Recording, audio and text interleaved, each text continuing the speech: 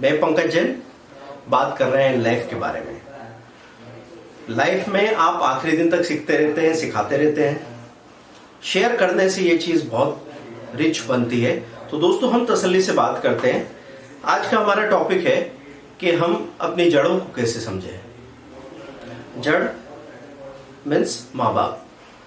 पता है ना कि अब व्हाट्सएप पे, इंस्टाग्राम पे, कहीं पे भी आप जाएंगे और पता चला माँ बाप के गीत चालू हो गए, उनके बारे में कोटेशंस आप पढ़ रहे हैं। क्यों लोग इतनी बात करते रहते हैं? हम क्यों इतनी बात करते रहते हैं? कभी कभी लगता है शायद हम नाइस लगते हैं, अच्छे इंसान नजर आते हैं, इसलिए माँ बाप की बात कर रहे हैं। या फिर कभी ये लगता है कि हम अपनी जड़ों को समझना चाहते हैं, क्योंकि अगर मैंने अपने बचपन को स्वीकार नहीं किया, उसको एक्सेप्ट नहीं कर पाया, तो जवानी को कैसे करूंगा। मेरे 20 साल 25 साल जहां से मैं बना हूं, वो जो कुछ भी था, अगर उसको मैं नहीं समझ पाया तो आगे की चीजें समझना मुश्किल हो जाती है। और माँ बाप के बारे में खास बात क्या लगती है कि जैसे जैसे वो समझाने के लिए आपके आसपास नहीं होते, जैसे जैसे वो आपको बार बार नॉकिंग के लिए, बोलने के लिए नहीं होते, वैसे वैसे उनकी बातें आपको समझ में आने लगती है। मैं अपनी जिंदगी में अगर ऐसे पलट के देखता हूं तो मुझे ऐसा लगता है कि किसी भी रिश्ते में उसके नाम से असर नहीं आ जाता कि ये मेरी माँ है तो मैं इससे प्यार करता हूँ, या मेरे पिताजी हैं तो ये मैं इनसे प्यार करता हूँ, या मैं उनका बच्चा हूँ तो वो मुझसे प्यार करते हैं। हर रिश्ते को वक्त देना पड़ता है, आपको समझ देनी पड़ती है। तो मेरे पिताजी के साथ मेरा रिश्ता कैसे बना?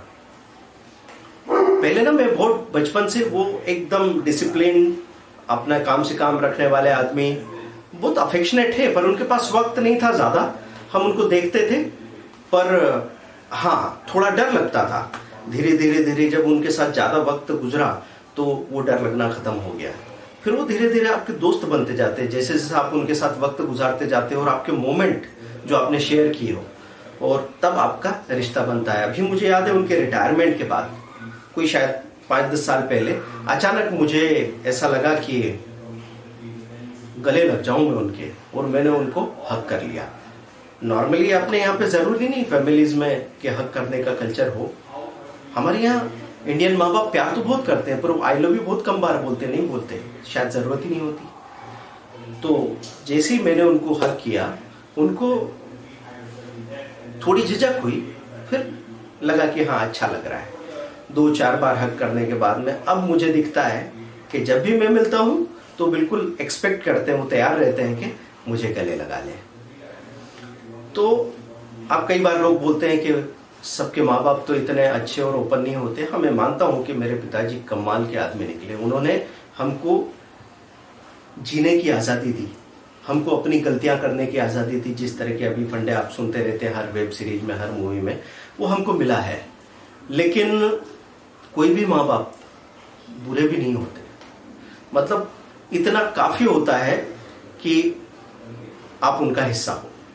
ये कैसे समझ में आता है? एक बार मैं मेरे दोस्त के किसी फंक्शन में गया, और दोस्त के साथ मुझे कोई सामान लेने के लिए जाना पड़ा।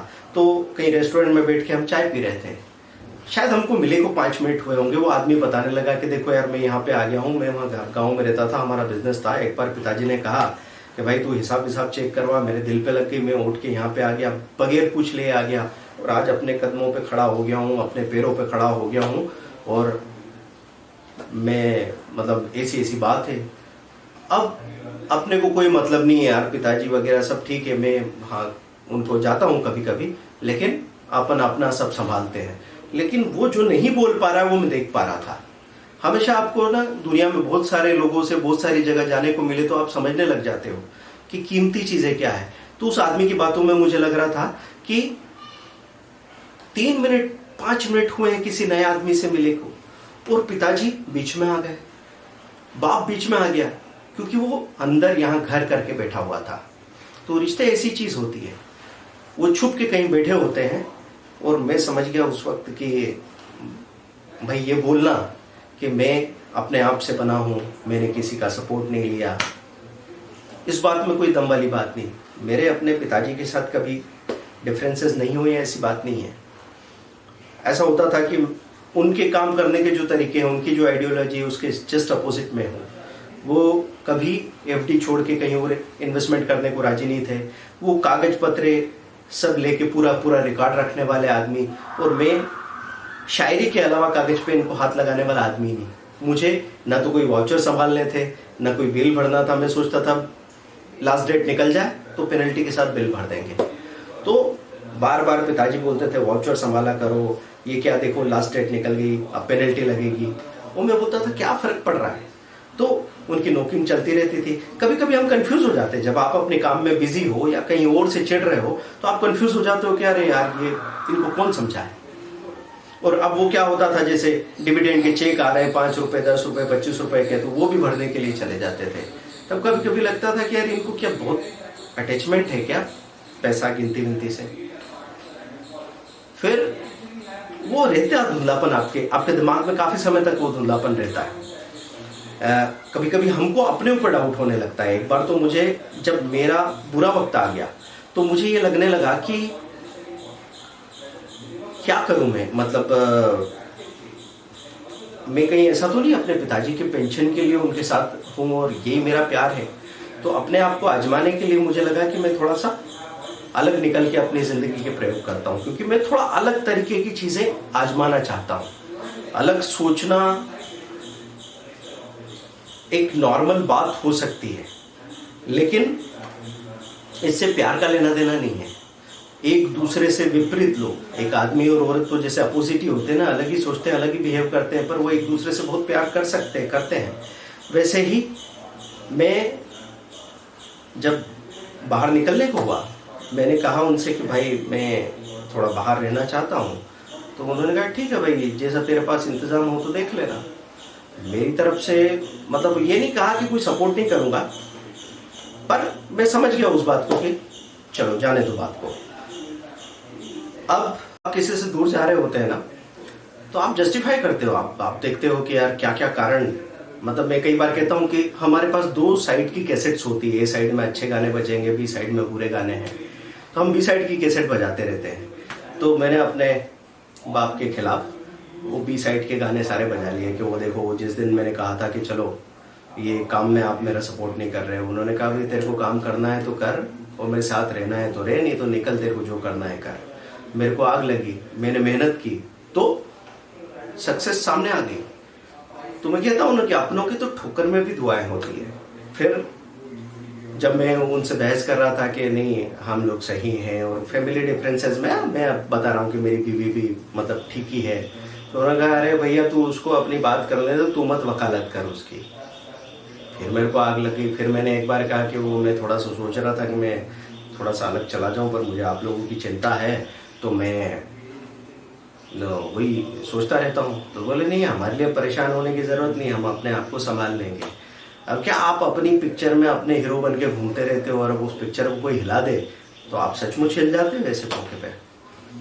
तो ऐसे में मैं पहले बाहर गया अपनी कंबाइंड फैमिली से बाहर निकल के, और फिर मैं जब मुंबई शहर आ रहा था तो वो छोड़ने को आए और गलती से मैंने उनकी आंखों में देख लिया और बी साइड की कैसेट बंद। आपको वो पल सब कुछ समझा देता है। हाँ ठीक है, तो ये जो दूरी होती है ना, ये आपको हमेशा बता सकती है कि आपको किस चीज की जरूरत है, वो सच में है कि नहीं। और वहां आप आराम से महसूस कर सकते हो। एक्चुअली लॉजिकल होने की जरूरत है। मैं लॉजिकली ये बात समझता हूं कि अगर मैं अपना काम करता हूं, मैं अपने प्रोफेशन में हूं, तो पता नहीं कितने टटपुंजे लोगों की बातें मुझे सुननी पड़ती है, सहनी पड़ती है और भूल जानी पड़ती है। और मैं अपने माँ बाप की बातों को, अगर सच में हिसाब लगाने की बात है, अगर आपको गणित आता है, तो आपको वो 4 जो आप हाथ से याद रखते हो अपने दिमाग में, उसके साथ 400 चीजें हैं। तो एक बच्चा जो खड़ा भी नहीं हो सकता था, बोल भी नहीं सकता था, उसको धीरे धीरे धीरे धीरे भीतर से खड़ा करना, इसके लिए हर माँ बाप पूरा एफर्ट लगाते हैं और उनको इंसान के बतौर, कई बार क्या होता है फैमिलीज में सवाल उठते रहते हैं, जब हम अपने माँ बाप को पूछ लेते हैं क्या किया आपने। मैं खुद ही मतलब मजाक में बोल चुका हूँ, मैं एक्चुअली क्या है आदर में बहुत ज़्यादा यकीन नहीं करता, मैं प्यार में यकीन करता हूँ, क्योंकि आदर एक दूरी क्रिएट कर देता है।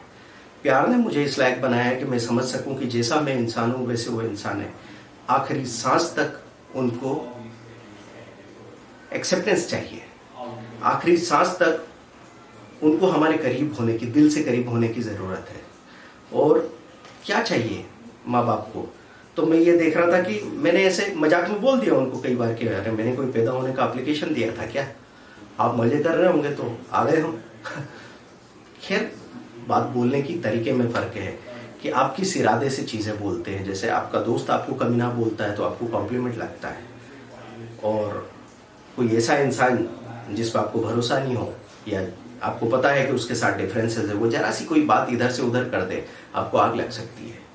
तो मैंने अपने माँ बाप को वैसे जज करना धीरे धीरे कब छोड़ा, जब मैं बाहर निकला, हज़ारों लोगों से मिला। मैं इंदौर से कन्याकुमारी बाइक पे गया, सूरत से विशाखापट्टनम ट्रेलर में गया, ट्रेन पे मैंने 1000 किलोमीटर की यात्रा की, पता नहीं कितने लोगों से मेरा इंटरेक्शन हुआ होगा। और बाहर जाके एक ही चीज़ समझ में आई कि आपका एक यूनिक परिवार होता है जिसके एक हिस्से को भी आप रिप्लेस नहीं कर सकते। कभी कभी सोचता हूँ मैं कि ये जो बेफिक्री या लापरवाही का नाटक मैं करता हूँ कहाँ से आ रहा है। तो मुझे पता लगता है कि यार मेरे पास एक पेरेंट नहीं 5 पेरेंट थे। मतलब मेरे माँ बाप तो थे ही, 3 बड़े भाई बहन थे, तो शायद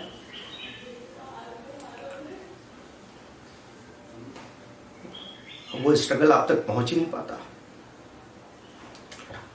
तो जब भी एक जिंदगी बनती है तो उसकी नींव में कई जिंदगियां होती है। तो हम लोग बात कर रहे थे कि ये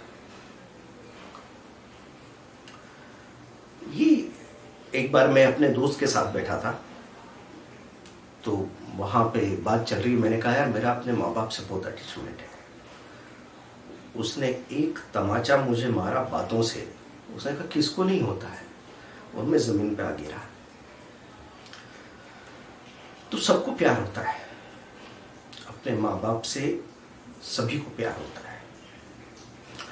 मैं जब ऑटोबायोग्राफी पढ़ता था निदा फाजली, जावेद अख्तर जैसे लिरिसिस्ट की, तो उनकी ये आदत थी कि उनके पिताजी ने अपनी फैमिली को, उनकी माँ को छोड़ दिया, कहीं दूसरे रिश्ते हो गए या वो साथ में रहे नहीं, तो पूरी जिंदगी उनकी दुश्मनी चलती रही। लेकिन जिस दिन उनके पिताजी चले गए, उनका कहना है कि मेरे दिल का एक हिस्सा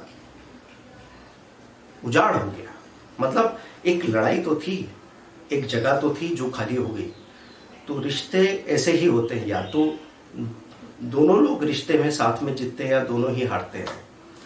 तो मेरी ज़िंदगी में सबसे ज़्यादा मुझे अगर ज़रूरी चीज़ लगती है तो यही लगती है कि जो हमारे पास है उस घर को महसूस कर सकें। उस घर में कितने लोग हैं, क्या लोग हैं, वो आदर्श है कि नहीं, वो मुद्दा नहीं है। अब मैं जब याद करता हूँ तो मेरे सबसे बड़े भाई के किस्से मुझे याद आते हैं कि कहाँ अफेक्शन मिला है। मजले भाई के किस्से याद आते हैं, कहाँ अफेक्शन मिला है। दीदी के किस्से याद आते हैं, कहाँ अफेक्शन मिला है। माँ बाप के तो खैर आएंगे क्योंकि सारे डिज़ाइन हैं तो उन्हीं के। तो दोस्तों, सबसे पहले अपनी जड़ को स्वीकार करना ज़रूरी है।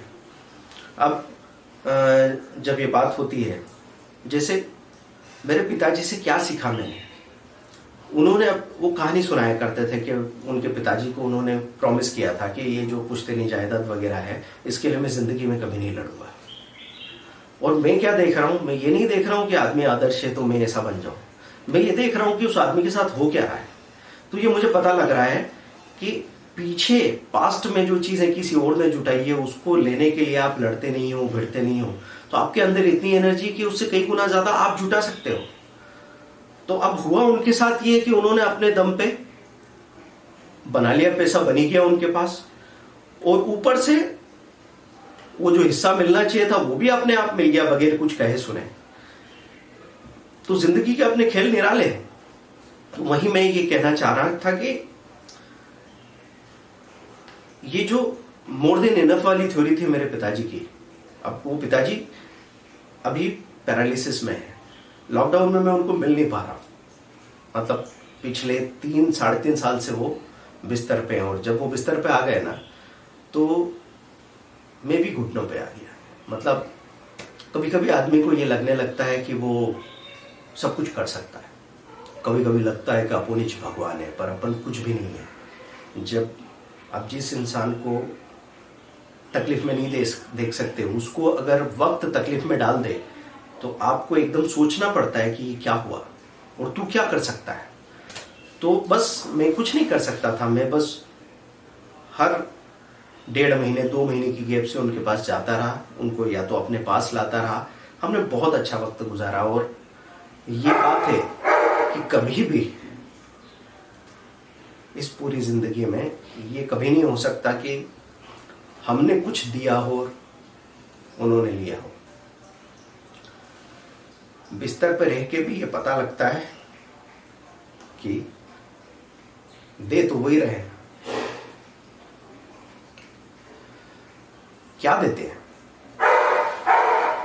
ये जो छांव होती है ना, मैं भी अपनी कहानी बना सकता हूं कि भाई एक समय ऐसा आया था कि उनकी पेंशन भी नहीं आ रही थी, मैं भी नहीं कुछ कमा रहा था, थोड़ी परेशानी का वक्त था।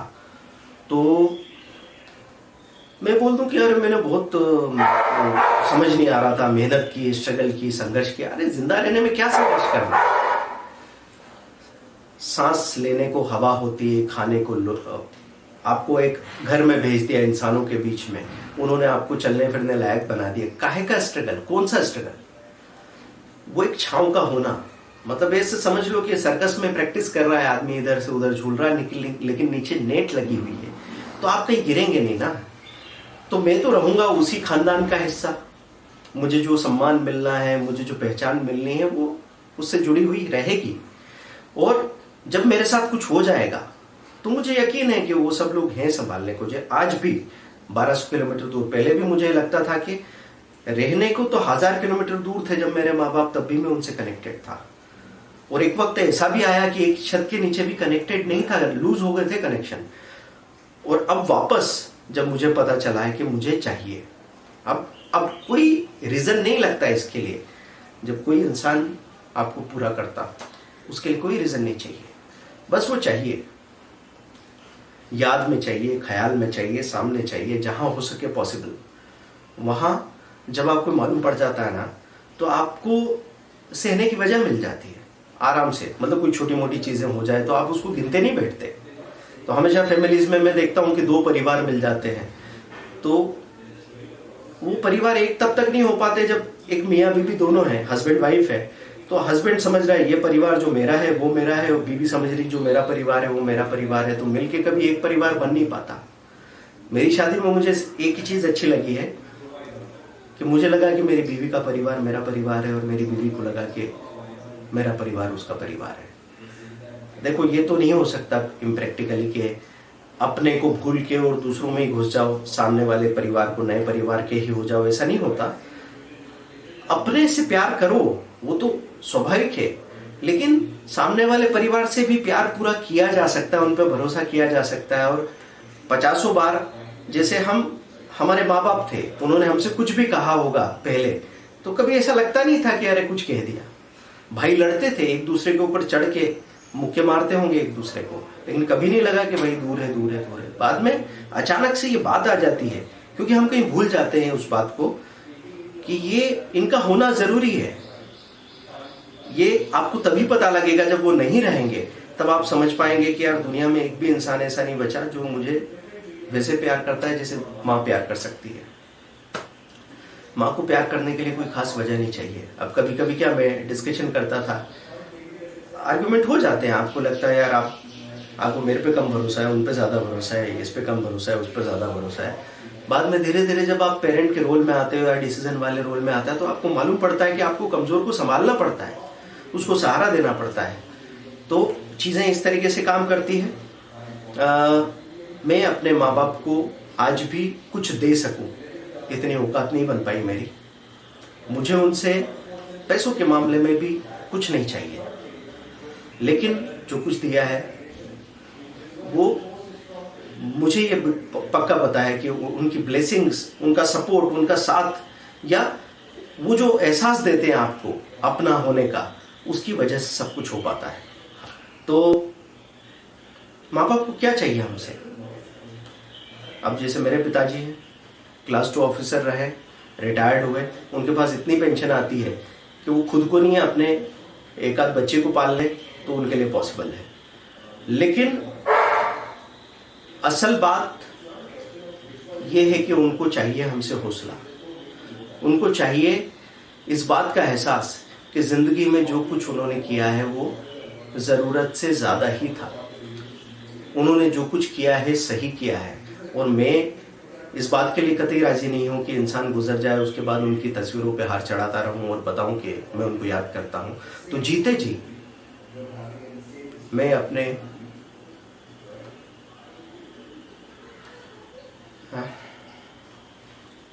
सबसे अच्छे दोस्त से कहना चाहूंगा कि माय डियर माँ एंड बापू, आई लव।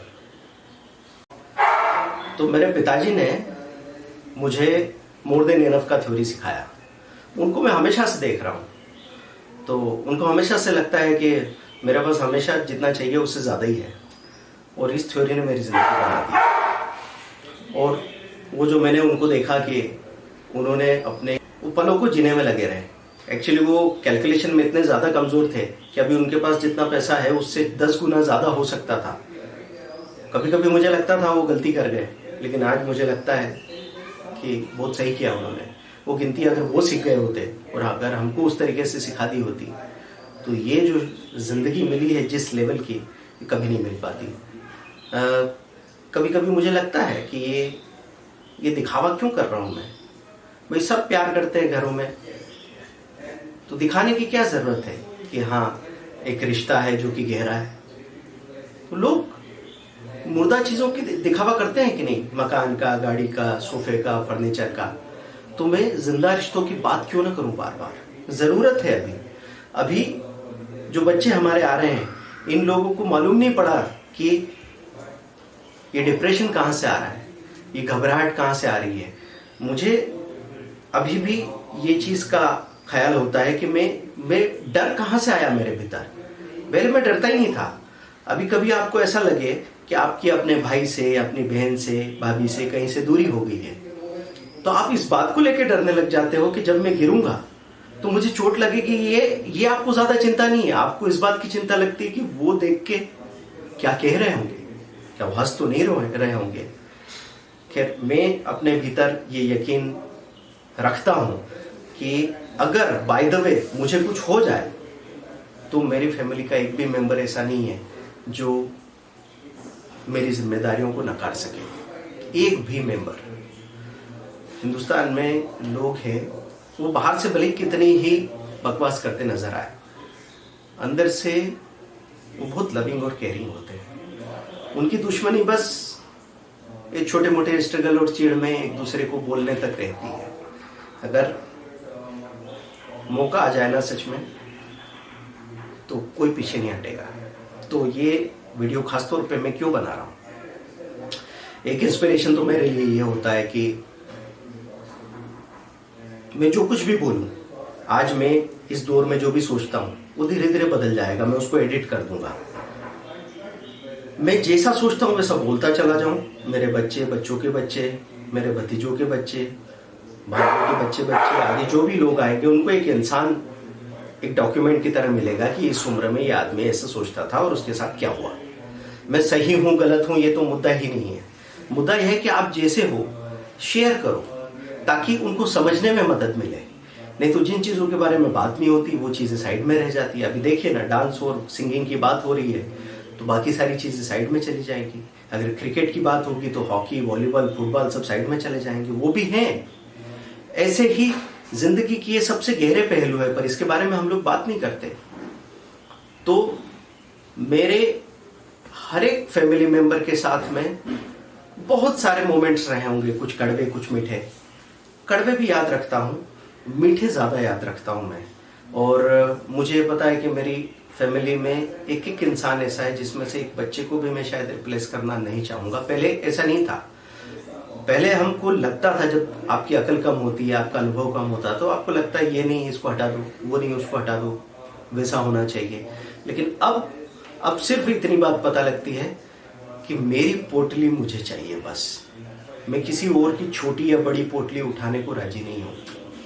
तो माँ बापू, मैं इस लॉकडाउन में फिजिकली आपके पास नहीं आ पा रहा। मैं रिस्क लेके शायद आ भी सकता था, लेकिन वो सचमुच रिस्की होगा मुझसे ज़्यादा आप लोगों के लिए। तो आप ये समझ लो कि मैं आपके ही पास हूँ। और सपोज इस वक्त में आपको तो कभी कुछ नहीं हो, ये तय है। कहीं कुछ भी गड़बड़ हो जाए तो हम दूर कभी नहीं होने वाले। सपोज मुझे कुछ हो जाए, और ऐसा भी कुछ नहीं होगा, पर मैं बस ये चाहता हूं कि ये सोच के मैं आज मेरे मन में बात आई और मैंने कह डाली। तो इस चीज ने अगर मुझे इस बात के लिए पुश किया कि भाई बुरी बुरी बातें तो बोल देते हो, लोगों के दिल तो तोड़ देते हो, अपनी हीरोगिरी तो दिखा देते हो, तो किसी दिन कोई अच्छी बात आ जाए गलती से दिल में, तो वो भी बोल दो ना, इंतजार क्यों करते हो। तो मैं आपके करीब हूं और बस ये कहना चाहता हूं कि आप बहुत बहुत जबरदस्त बाप साबित हुए, और आपने जिंदगी में जो कुछ किया उससे ज्यादा मैंने आसपास किसी को करते हुए नहीं देखा। तो मैं तो हमेशा ही आपके दिल में रहूंगा और आप मेरे दिल में हमेशा ही रहोगे। हम पास पास हैं और मिलते हैं बहुत जल्दी, सबके साथ मस्ती करेंगे। नहीं होने दूंगा। मुझे आपसे बहुत से काम है, बहुत से ऐसे काम जो आप और सिर्फ आप ही कर सकते हैं। आप ही दे सकते हैं लगाम मुझको, जब मैं जोश में आकर सरपट भागने लग जाऊं कहीं भी। आप ही टिकाए रह सकते हैं मुझे जमीन पर बार बार बेवकूफ नालायक कहकर। कल को मेरी शादी होगी, हमारे नए जोड़े के साथ एक 35 साल पुराना जोड़ा भी चलेगा हनीमून के लिए। आखिर इसमें बुरा क्या है, हम भी तो सीखें इस हंसती खेलती लंबी बारी का राज।